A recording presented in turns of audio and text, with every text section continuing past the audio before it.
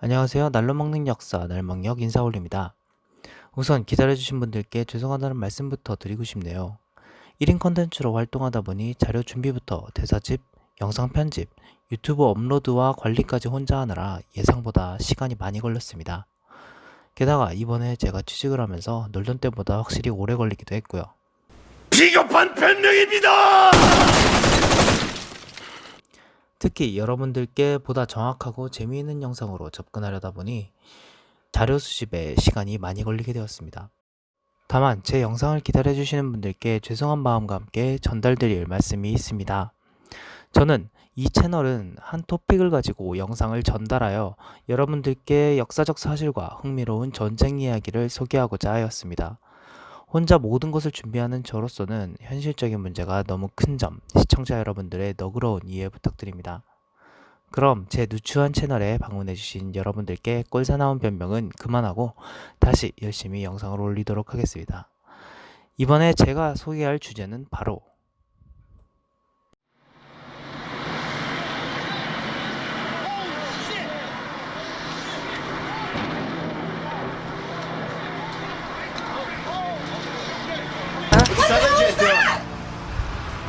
Holy fuck! Oh my god! Oh my god! Jesus fucking Christ! Now people are gathering in large groups. In fact, in one corner, I saw a group of people actually holding hands and praying. As I stand on the Hancock Bridge, which is closed, it is open to pedestrian traffic. Some people are working through, but there's just no way for them to. As I look out.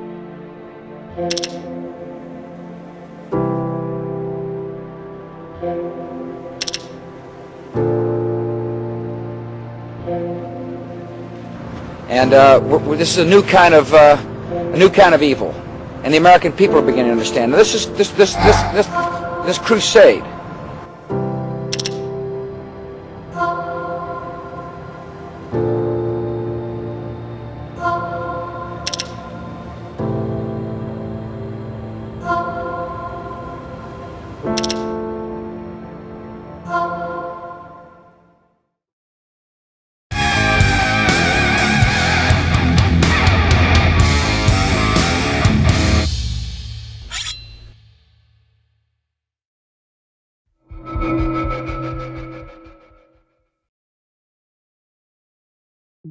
모든 길이 로마로 향하던 시기는 지나고 둘로 나뉘었던 로마에서 비잔틴으로 이어진 지 근 600년가량의 시간이 흘렀습니다. 이들은 수도의 옛 이름을 본따 만든 비잔티움 제국이라는 이름을 사용하며 유스티니아누스 황제 시기 명장 벨리사리우스를 앞세워 로마 시대의 영광을 재현하기도 했지만 달도 차면 기우는 법이라고 했던가요? 그동안 쌓여왔던 문제가 조금씩 삐걱대기 시작합니다. 여느 다른 나라들처럼요. 1071년 비잔틴 제국은 동쪽에서 세력을 키우던 튀르크 세력을 공격합니다. 3차에 걸친 이 전투들에서 초기에는 튀르크군을 섬멸하고 일부 지역을 되찾는 소소한 성과를 거두는 듯 했으나 3차 만지케르트 전투에서 이슬람의 실력자 아르슬란에게 대패하게 됩니다. 당시 비잔틴 제국의 황제는 군인 출신의 왕 로마노스였는데 그는 패배한 후 숙적 아르슬란에게 잡혀갑니다. 아르슬란은 포로가 된 황제에게 질문합니다. 그대가 나를 포로로 잡았다면 어떻게 하겠소? 아마 그대를 죽이거나 수도 콘스탄티노플로 데려갔겠지. 나는 그보다 더 심한 짓을 할 생각이오. 그대를 풀어주지. 아르슬란은 거금의 그 말을 받고 굴욕적인 강화 조약을 받아들이게 하고는 로마노스를 정말 풀어줍니다. 그러나 돌아온 군인 황제의 말로는 비참했습니다. 돌아온 로마노스는 황제 자리에서 쫓겨나고 눈을 뽑힌 채 비잔틴에서 쫓겨나 죽게 되죠. 아르슬란이 의도한 것인지는 모르지만 정말 심한 짓을 당한 꼴이 된 것입니다. 그 아르슬란 역시 아시아 서쪽을 정복하는 도중 항복한 성의 성주가 처형되게 되면 그를 단검으로 찔러 43세의 젊은 나이에 죽습니다. 위 사건을 통해 비잔틴 제국은 아나톨리아를 내어주는 것뿐만 아니라 그동안 묵어왔던 비잔틴 제국의 문제가 한 번에 터져나오게 됩니다.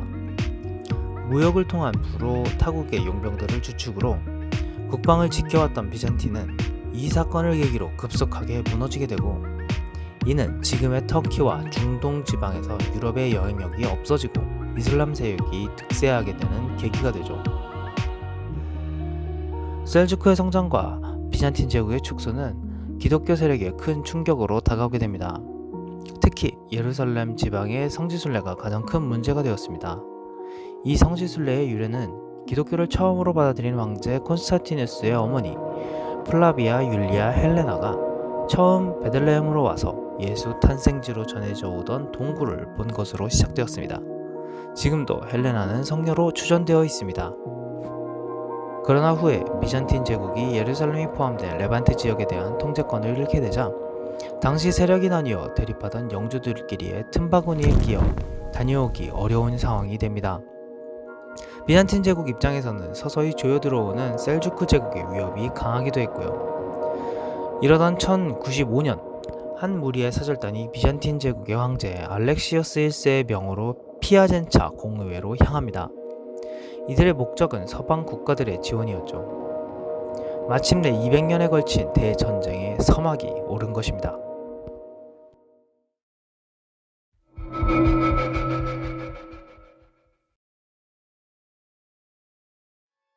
당시 로마 교황청과 비잔틴 제국의 사이는 최악이었습니다. 기독교 사회는 서로마와 동로마로 나뉘면서 서로마에 세워진 바티칸과 동로마에 세워진 동방정교회로 나뉘어 서로 정통성을 외치면서 싸우고 있었습니다. 로마 교황과 콘스탄티노플 대주교가 서로 파문을 때리기도 했죠. 마치 이슬람이 시아파와 수니파로 피터지게 싸우는 것처럼요. 동방정교회는 비잔틴 제국의 황제가 교황으로서의 권한도 가지고 있었는데 심지어 1078년 그 비잔틴 황제를 파문하기도 했습니다. 그런데 당시 비잔틴 제국 황제였던 알렉시우스 1세는 계속되는 이슬람 세력의 공격에 시달리고 있었습니다. 특히 튀르크 세력의 공격이 매서웠죠. 그러자 알렉시우스 1세는 1095년 서방으로 사절단을 파견해 제국의 어려움과 성지 회복의 정당성을 외치며 바티칸의 교황 우르바노 2세에게 도움을 요청합니다. 이미 알렉시우스 1세의 파문을 취소하는 등 우호적인 태도를 보였던 교황 우르바노 2세는 이에 적극 협조하였죠. 당시 우르바노 2세 역시 카노사의 굴욕으로 잠시 정점을 찍었으나 바로 정치적인 힘을 잃기 시작한 교황직위의 권위를 세우기 위해서는 교황의 힘을 보여줄 수 있는 대대적인 퍼포먼스가 필요했습니다. 교황 우르바노 2세의 부름에 전 유럽에서 15만 명의 군중들이 로마로 몰려들었습니다.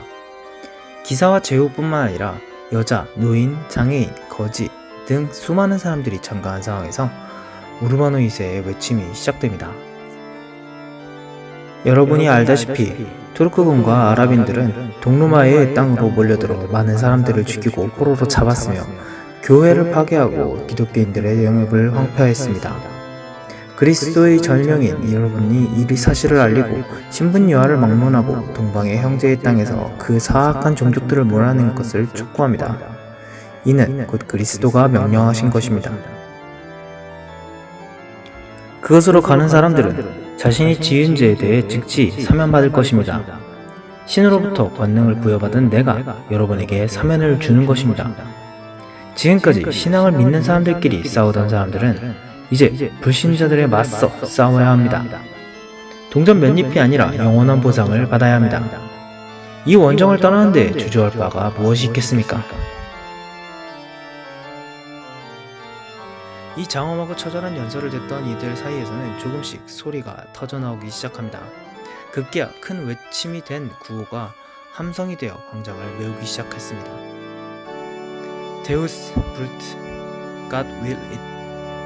주님께서 그것을 원하시노라.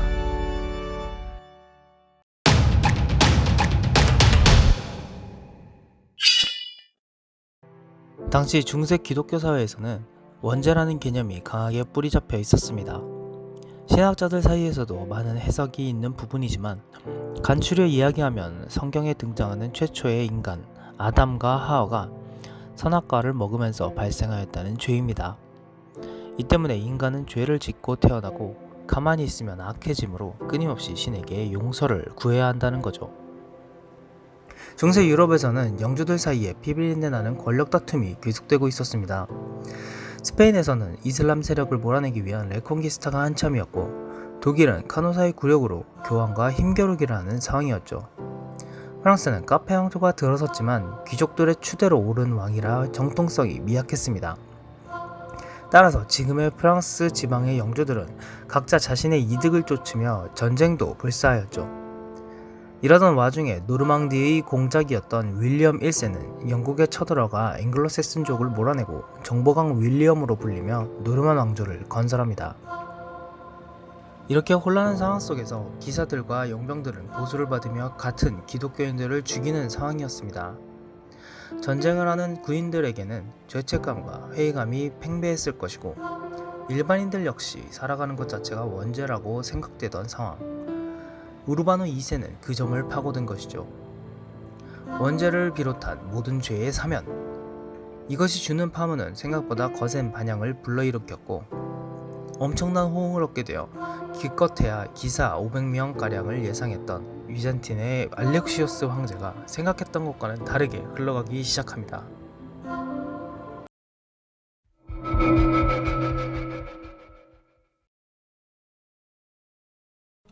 이렇듯 동방과 서양에서 성전의 공허가 치솟아갈 때, 프랑스 북부에서는 은둔하던 한 수도자가 세상을 향해 발을 내딛습니다. 그의 이름은 은자피에르, 은둔한 자라는 별칭을 가진 사내였습니다. 그는 수염을 길게 길렀으며 체격은 비쩍 말라 앙상했고 늘 맨발로 다녔다고 합니다.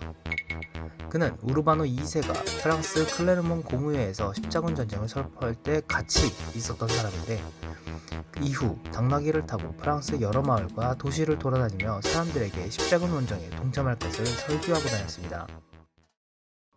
그런데 설파에 재주가 있었던 모양이지 빈민과 농부들 뿐만 아니라 귀족과 영주들, 심지어 흉악한 범죄자들까지 그의 이야기를 들으면 하나같이 십자군 원정을 외치기 시작했다고 합니다.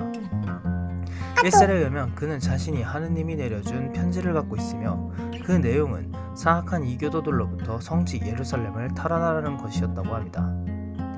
풍문은 더욱 커져 그가 가는 곳마다 마귀가 들리고 병에 걸린 이들을 고치고 다닌다는 소문까지 났다고 합니다. 그는 자신을 따르는 이들의 수만에 달하자 1096년 8월 15일에 정해졌던 출병일을 무시하고 자신들끼리 십자군 전쟁을 시작하려고 합니다. 이들은 민중십자군 혹은 영차십자군으로 명명되었습니다. 그는 그를 따르는 무리를 이끌고 헝가리를 통과하여 콘스탄티노플로 향하게 됩니다.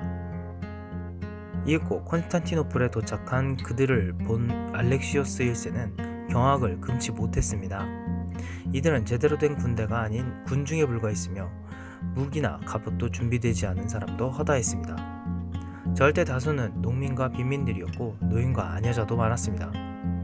또한 제대로 준비가 되지 않아 먹을 것조차 부족했던 이들은 독일, 헝가리 지역을 거쳐 콘스탄티노플로 향하는 동안 가는 곳마다 약탈을 일삼으며 여기가 예루살렘이냐고 묻고 다니는 추태를 보여주었습니다.